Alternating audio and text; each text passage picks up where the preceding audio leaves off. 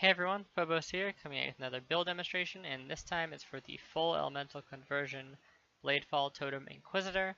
And the basic idea behind this build is just full elemental conversion on Bladefall with physical lightning and the gloves right here. And you just convert all the elemental, and since you're using two different types of elements, you go Inquisitor, and that way when you crit, you pen resistances completely, and you don't have to worry about trying to get pen for both resistances or having the mobs just resist a ton of your damage. So that's the basic premise, and got elemental focus, physical lightning, blade fall, controlled destruction, and faster casting. Now you can swap out elemental focus with crit if you want the ailments.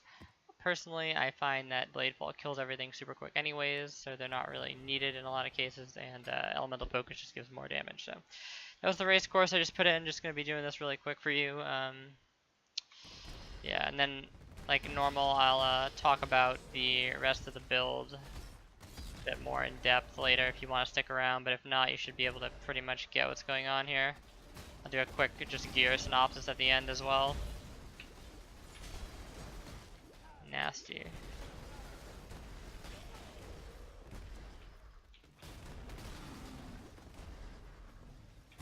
Using Orbistorms here to basically set up our arcane focus, but also gives us power charges. They're just not super necessary at all. The build doesn't really isn't made or broken by having power charges up.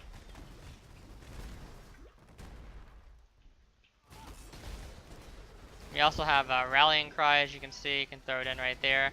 Mostly just for mana issues that we have sometimes. The build is not fully leveled yet. It's only like level 91, so I still don't have all the mana nodes that I'm going to be getting. I get one like next level, I think. Talk about that more later. But you can also use a clarity as well.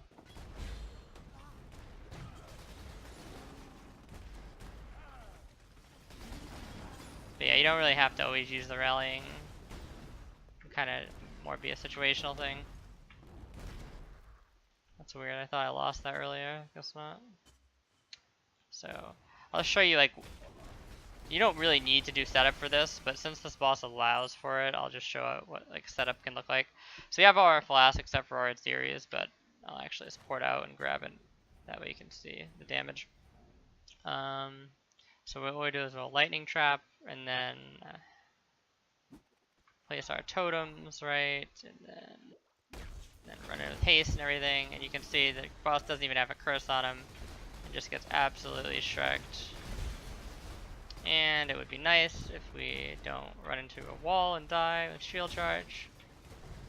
But yeah, so there's the boss.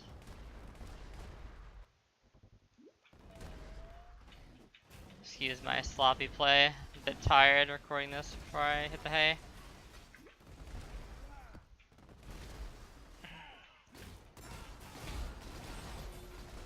Probably should just record it tomorrow so I don't rip, but whatever.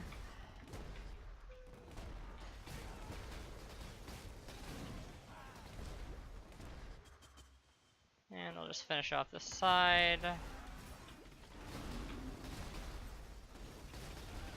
And actually probably just roll the strong boxes, so.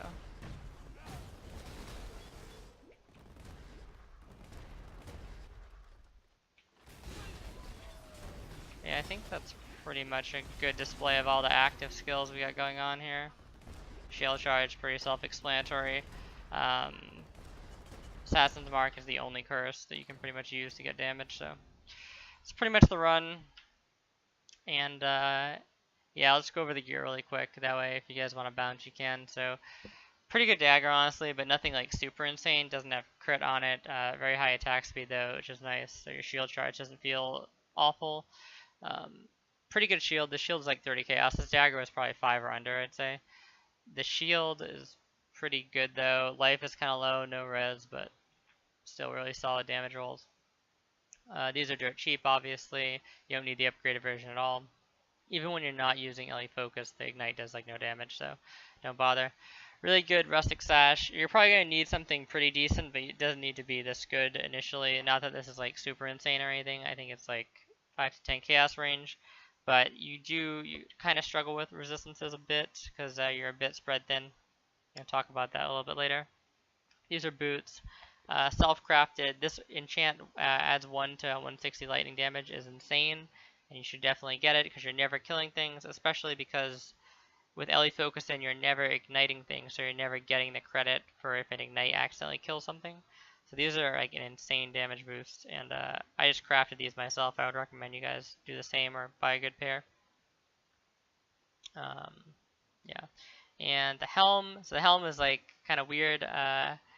It's a Dex helm, which you wouldn't expect. Originally, I had an ES helm, but then I just found this one and I had to wear it because not only does it have the 90% increase Bladefall crit, which is the best pretty much damage head enchant, the actual damage head enchant itself, which is like 40% damage, is pretty good as well. But this one slightly edges it out, and at least in PoB for what I simmed. Life was good, it had 2 res, and it was like 4 chaos, so I had to grab it. The 47 dex is actually really nice, and it's kind of like something that you should maybe try and get on either like your head or your boots at some point, because what it allows you to do is basically it allows you to buy an amulet that's like much more practical in terms of stats you want, right? So before I had the head, I needed like a amulet with a ton of dexterity, and then I still needed a node from the tree on top of it, right? With the helm, I save a node from the tree, and the amulet doesn't need to have nearly as much dex, which means you can focus on getting better stats. Like this has 3 suffixes, right? It has fire resistance, ton of crit multi, and a decent amount of cast speed, and you wouldn't be able to have one of those if you had a dex roll in the suffix, obviously. So yeah, just something to keep in mind there. If you can manage to find dex on like other pieces of gear and stuff, it's really helpful. 2 Kikizarus, obviously. Now these are really good. A lot of people don't like the Soul Mantle Kikizaru setup, but I just think with the way it deals with curses, it's just insane. So if even with Ellie weakness and any elemental curse on me, if you have over like I believe it's 90 resist, like right now my resists are all in the mid 90s and one's at 105, but you'll never go below 75 res unless you're in a minus max map or something like that. So yeah, the curse reduction is just insane. Really good on things like temp chains, vulnerability, all that dangerous or annoying shit. And yeah, just pretty good there. And then Soul Mantle obviously is pretty self-explanatory. And yeah, so that's all the gear. And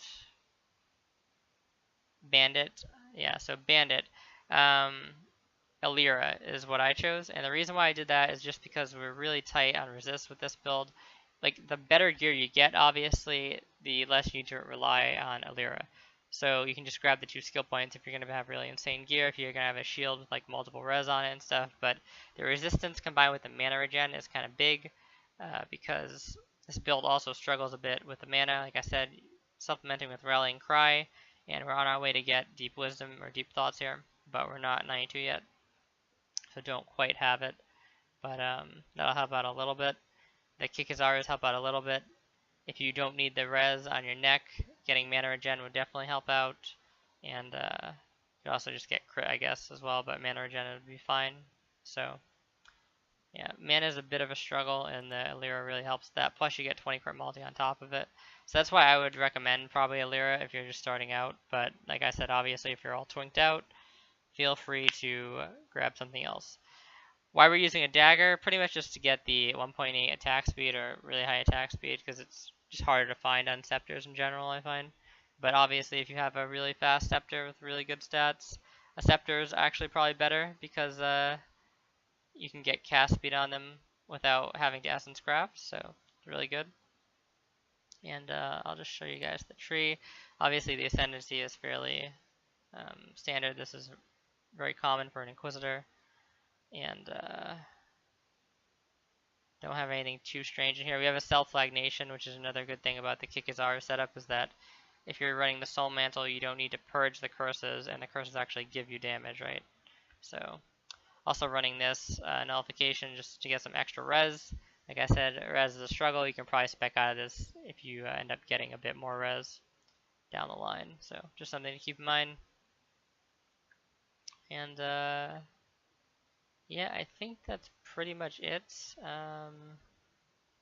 Don't want to make this any longer than it needs to be, really. But yeah, I don't really think there was much that was missed here. Oh, I'll just go over the links, I guess, so you can see what I have here. Flame Dash is just to help get over walls and shit, but I've been running Racecourses, so I don't even have it equipped. Obviously, Assassin's Mark is the only curse that works with this. You can swap it out with Enfeeble. Lightning Golem is the golem that we're using, running Hatred for an aura. You can run a Clarity if you want as well. You'd have to move some of the gems around. I find this is probably the best Orb of Storm setup because it lets you use like a level 8 Arcane Surge, which is really nice. Ball Lightning Trap is just on the cast when damage taken, obviously, so it's linked to duration. And the movement skill is in the dagger. So yeah, pretty self-explanatory, and then we level everything up in the other setup, the weapon swap that is, so. Yep. If you have any questions or anything like that, feel free to leave them in the comments.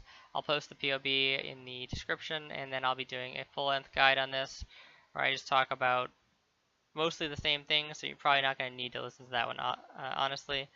But I'll just go over, I guess, my choices in more detail and why I picked the Ascendancy over other things, or because there are other options I was flirting around with, like pathing all the way down to Ranger and getting the conversion nodes there, but it's just kind of a pain in the ass and ultimately not worth it, I decided. So yeah.